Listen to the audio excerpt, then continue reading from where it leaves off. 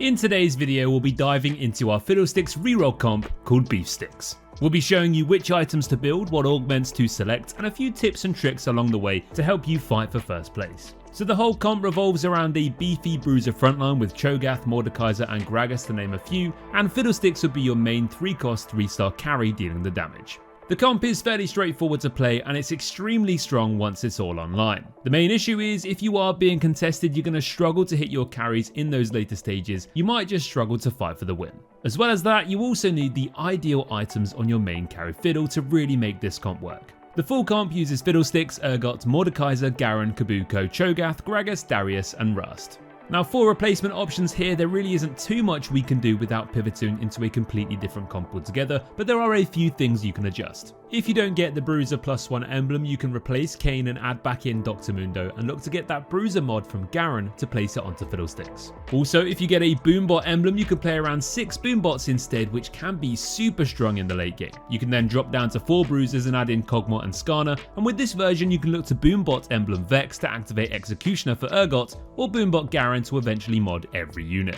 Lastly, if you're struggling to hit bruisers altogether, your only option will be to lean towards the techie side and play 8 techie instead.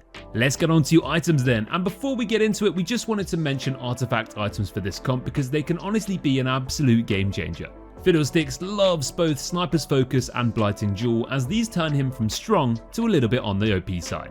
Then there's Talisman of Ascension or Innovating Locket 2, which are both incredibly strong options on the 4-cost bruiser Cho'Gath. For Fiddlesticks then, as he's your main carry, he loves Archangel's Staff, and you want to partner this up with artifacts if you have them or a bruiser emblem. But if you don't have either of these things, you just want to double up with Archangels and then put a BT on him for sustain.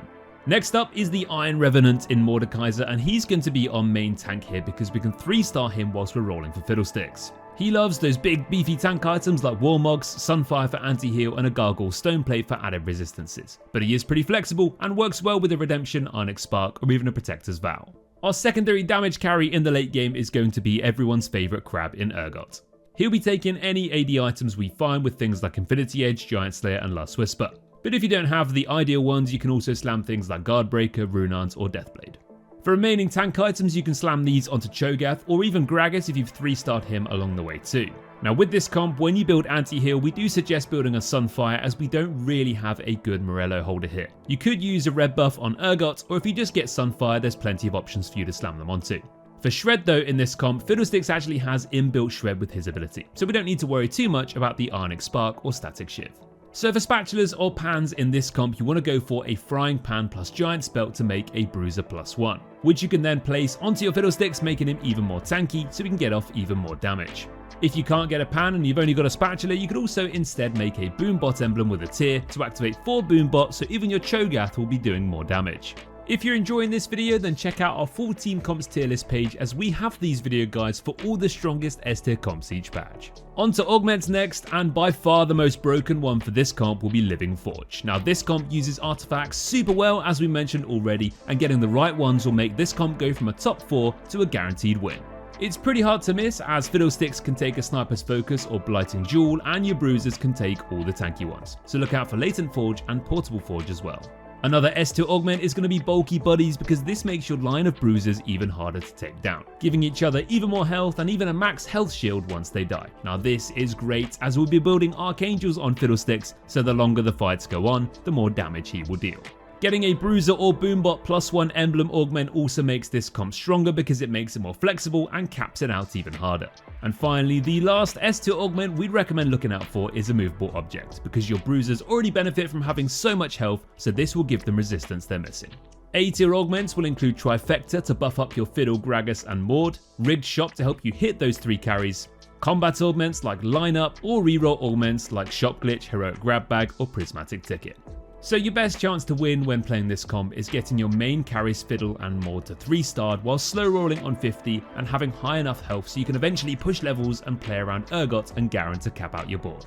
Having Garen to print Bruiser or Boombot mods in the late game will honestly be a game changer and should catapult you into first place if you can get him in early enough.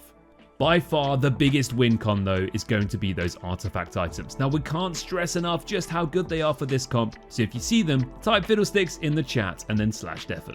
Finally, one other big win condition here is getting your hands on those +1 emblems to help you cap out this board even further. Adding in more boombot units will give even more damage, and having Fiddlesticks as a bruiser will make him go from a harmless stick to a beefy one. Now this is a level 7 slow roll comp, where you'll be rolling to hit your Fiddlesticks and Mordekaiser and maybe even Gragas 3-starred before pushing high levels to complete your board. A good opener here will be to play around techies and bruisers, and if you can activate Street Demon you can do so here, but most of the time you'll always be able to get a 2 techie 2 bruiser start. Zyra or Seraphine can hold the Fiddlesticks' items, whilst Dr. Mundo can hold the tanky ones. If you have upgraded units and items to make, level up to 4 at stage 2-1 and try to go on a win streak. But if you don't have a slammable Archangels yet and don't have any upgraded units, don't worry, because we can lose streak to this stage and get the first pick on Carousel before we spike at stage 3. Aim to try and get to level 6 at around stage 3-2, and this is the part we want to add in 4 bruisers to stabilise our board. If you found Fiddlesticks, you can now place AP items onto him and put him in the second row behind your front line. If you have a few pairs on your bench, you can roll a bit from 50 to 40 gold here to stabilise, as we don't want to lose too much health at this point of the game. Now once you're level 7, now you can slow roll to 50 until you've hit Fiddlesticks and Mordekaiser, and Gragas also as a bonus. Although if you do hit Gragas first, he can also hold the tank items until Mordekaiser shows up. If the game is offering you tons of AD components, you can also slam these onto Cogmol for the time being.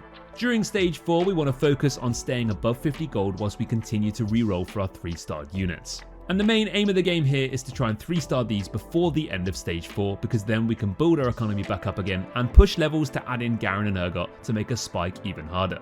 Don't forget to try and scout in the majority of your fights and make sure your Fiddlesticks is behind your tankiest units so he's safe.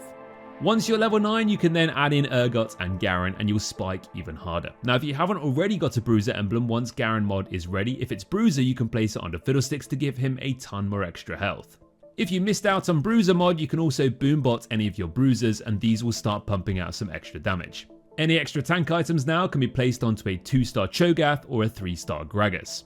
And move your AD items onto Urgot if you haven't already. Lastly is positioning, and it's fairly basic for this comp, as basically all of our team sits in the front line filled up with all of our beefy bruisers. You want Urgot and Fiddlesticks behind your Mordekaiser, as he's going to ideally be our tankiest unit, so they'll be safest behind him. Try to place your Kabuko to target the most clumped up area of enemies, as he'll knock the units up, and if you do end up getting artifacts like Sniper's Focus, place Fiddlesticks in the opposite corner to the carries, as he'll do more damage for every hexapart he is. And that will give you everything you need to know on how to win with our Beefsticks comp in set 14.